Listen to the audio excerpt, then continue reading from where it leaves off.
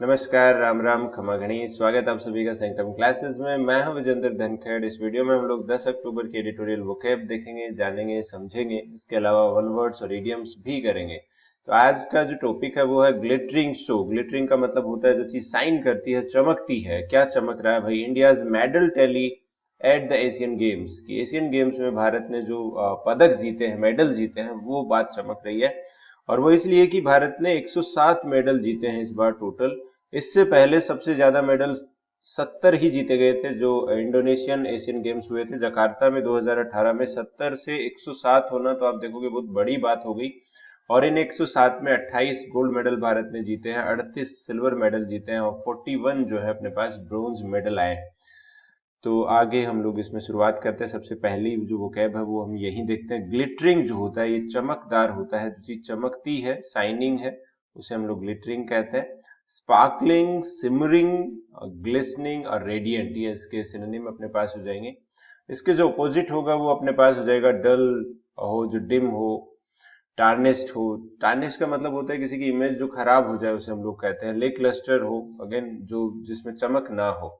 तो अपोजिट हो जाएगा जो चीज चमकती ना हो। The stars in the night sky वो ग्लिटरिंग लाइक डायमंड्स, की जो सितारे थे रात में वो चमक रहे थे, हीरो के जैसे चमक रहे थे। तो ग्लिटरिंग अपने पास जो वर्ड होता है ये क्या हो जाएगा, इसका मीनिंग क्या हो जाएगा? जो चीज चमकती है। दूसरा शब्द है वाटर सेड मोमेंट। तो देखो इस पल को, ये 107 मेडल वाले जो पल हैं, इसको एडिटर ने कहा है कि वाटर सेड मोमेंट है, कि बहुत ही ऐतिहासिक पल है, बहुत बड़ा पल है, एक तरह से टर्निंग पॉइंट है, गेम चेंजर है। तो वाटर सेड मोमेंट होता है कि बहुत बड़ी बात जो हो जाए उसे हम लोग कहते हैं ऐतिहासिक घटना, turning point, pivotal moment, critical juncture और गेम चेंजर। तो अब देखो, अब भारत जो है पहले कभी कभार कुछ मामलों में मेडल आते थे, लेकिन 28 गोल्ड मेडल इस बार जीते हैं। तो इससे पहले अधिकतम जो गोल्ड मेडल थे वो 16 ही थे। तो 16 से 28 लगभग आप देखोगे डबल कर दिया है जो हमारे हाईएस्ट थे उससे। स्टेटस क्वो होता है कि यथास्थिति बने रहना, कोई चेंज ना आना। स्टेग्नेशन का मतलब होता है ठहराव हो जाना। और अपने पास आ जाएगा कंटिन्यूटी का मतलब है कि वैसा जैसा पुराना चल रहा है वैसा ही आगे चलना है। तो ये एंटोनिम्स हो जाएंगे। The discovery of a new vaccine was a watershed moment in the fight against the pandemic. तो जो नई वैक्सीन की खोज थी वो एक तरह से क्या थी? वाटरशेड मोमेंट थी। तो देखो आप लोग भी अपनी लाइफ में जब आप जॉब लगोगे तो वो एक तरह से आपके लिए क्या होगा? वाटरशेड मोमेंट होगा। तो दोनों शब्द अच्छे हैं। यूफोरिया जो होता है ये होता है भाई अपने पास खुशी के लिए, उत्साह के लिए हम लोग यूज करते हैं। बहुत अधिक खुशी जो होती है, feeling of intense happiness, excitement और इलेशन। तो ये अपने पास क्या हो जाएगा? यूफोरिया इसे हम लोग कहते हैं। ईयू जो शब्द होता है, ये जो प्रीफिक्स है इसका मतलब होता है अच्छा, गुड। इसके सिनोनिम हो जाएंगे कस्टसी, इलेशन, जुबिलिएशन, ब्लिस, एक्सिलरेशन और डिलाइट। तो ये आप देखोगे बहुत ही पॉजिटिव शब्द है, बहुत अच्छे शब्द है। और ऐसे शब्द जो है अपने पास कई बार होता है कि आप लाइफ में कुछ सक्सेस हासिल करते हैं और कोई पूछता है कि आपको कैसा लग रहा है, होता है ना, जर्नलिस्ट वगैरह पूछते हैं, तो आपको ये जवाब देना चाहिए, आई एम फीलिंग यूफोरिक। तो वो यूफोरिक हो जाएगा बहुत अधिक खुशी होना। ऐसे बोलते हैं ना, हम top of the world right now, I am happiest in my life. तो वो जो पल होता है उसे यूफोरिया कहा जाता है, जैसा फील करते हैं। अपोजिट हो जाएगा डिप्रेशन, डिस्पेयर, मेलनकली और सोरो। मेलनकली उदासी, सदमा जो होता है उसे हम लोग कहते हैं। Winning the championship field her with euphoria and pride. तो जैसे उसने चैंपियनशिप जीती तो वो उसके लिए एक तरह से यूफोरिया हो गया था, प्राइड का पल था। इंसुलर जो होता है आइसोलेटेड। तो यहाँ पे देखो इस बार ऐसा लिखा है इसमें कि भारत ने क्रिकेट में भी 2 गोल्ड मेडल जीते हैं। क्रिकेट जो है वो एक तरह से आइसोलेटेड गेम रहा है, वो इसमें इस तरह के इवेंट में भाग नहीं लेता है। मल्टी डिसिप्लिनरी इवेंट जो होती हैं, अलग अलग खेल खेले जाते हैं।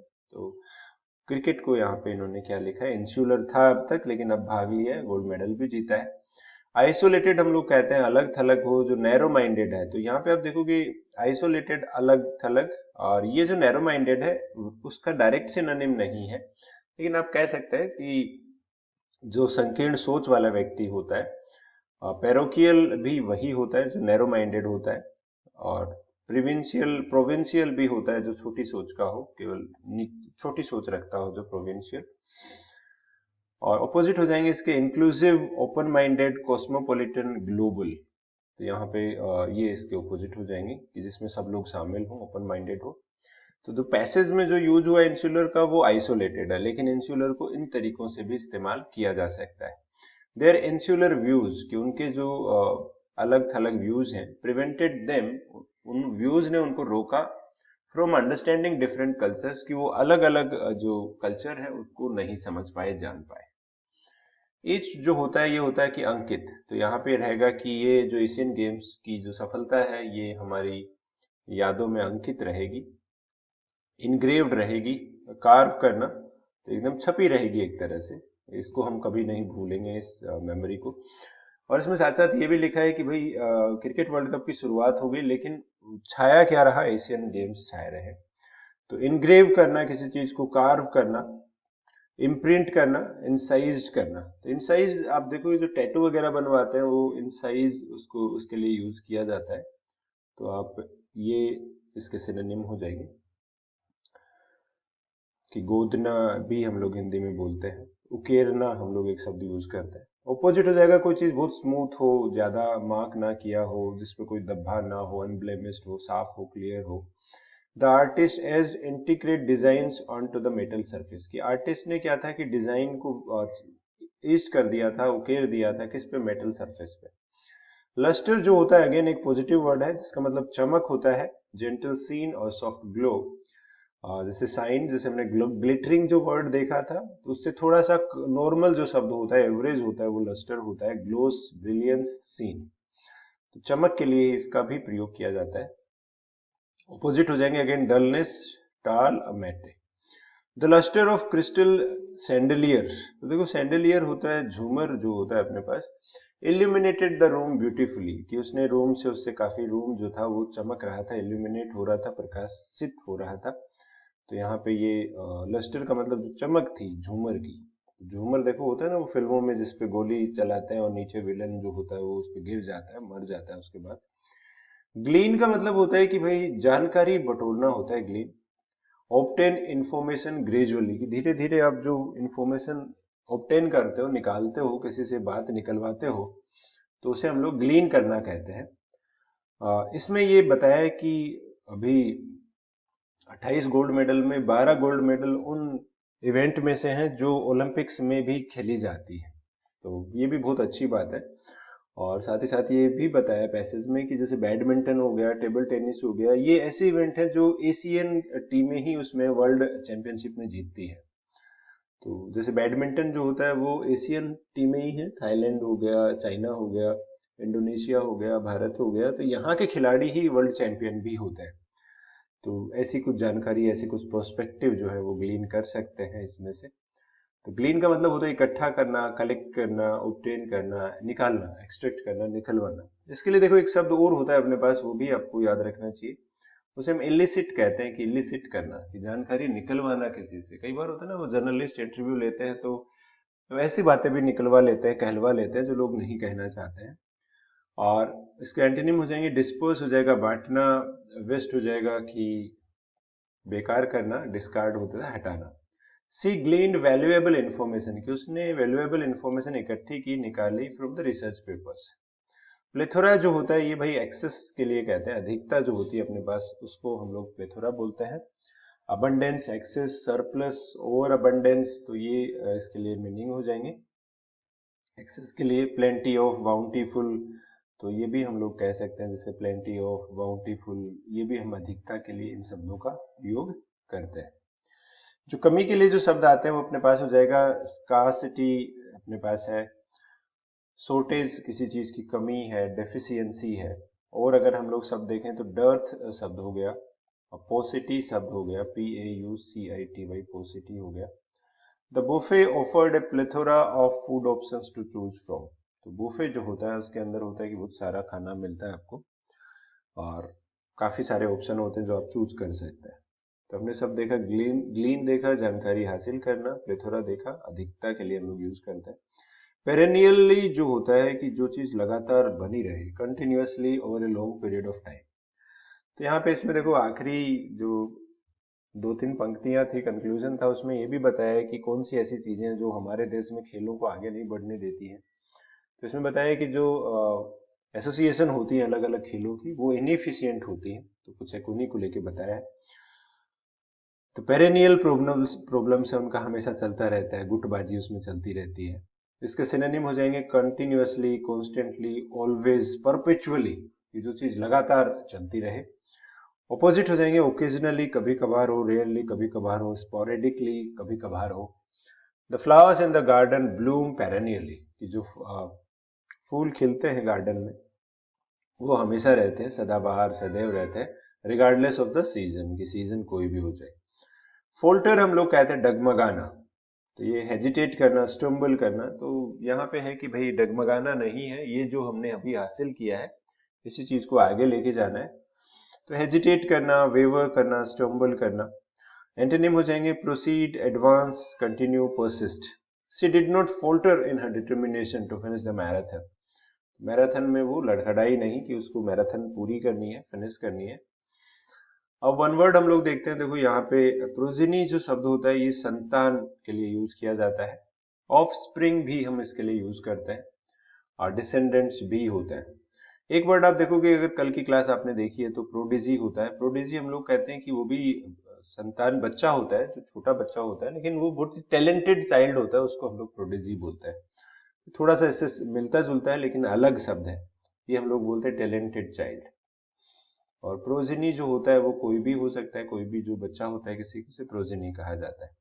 प्लाक जो होता है ये हम लोग कहते हैं कि जो प्लेट के ऊपर जो नाम वगैरह लिखवाते हैं, जैसे वो प्लेट मेटल की भी हो सकती है, लकड़ी की भी हो सकती है, तो नाम पट्टिका होती है, उसे हम लोग प्लाक कहते हैं। और स्कर्लियस जो होता है ये भाई अपने पास होता है अपमानजनक, इंसल्टिंग रिमार्क्स जो होते हैं किसी के लिए बोला जाता है, जो गलत अभद्र भाषा का इस्तेमाल किया जाता है, स्कर्लियस, उसे हम लोग क्या कहते हैं, अपमानजनक कहते हैं। और ये बहुत अच्छा वन वर्ड है, देखो फुनम्बुलिस जो होता है, आपने भी देखा होगा सिटीज में अक्सर ऐसा होता है, चौराहों पर जगह खाली हो, वहां पे लोग वो रस्सा चलने वाले होते हैं, वो छोटा सा बना लेते हैं अपना, रस्सी जो चलता है, उस रस्सी के ऊपर जो चलता है उसे हम लोग फुनम्बुलिस्ट कहते हैं। एमिसरी जो होता है ये अपने पास क्या हो जाएगा, जो दूत होता है, प्रतिनिधि होता है, या इनवॉय जो होता है उसे एमिसरी कहा जाता है। जो हम लोग इनवॉय जिसको हम लोग बोलते हैं, हाई कमिश्नर भी आजकल बोला जाता है, दूत जो भेजा जाता है उसे एमिसरी कहा जाता है। तो प्रोजिनी हो जाएगा संतान, प्लैक जो हो जाएगा नाम पट्टिका। और आप देखोगे टीवी में ऐड आता है, दांतों में भी प्लैक जमा हो जाता है, तो वो भी उसी को, उसको भी प्लैक ही कहते हैं।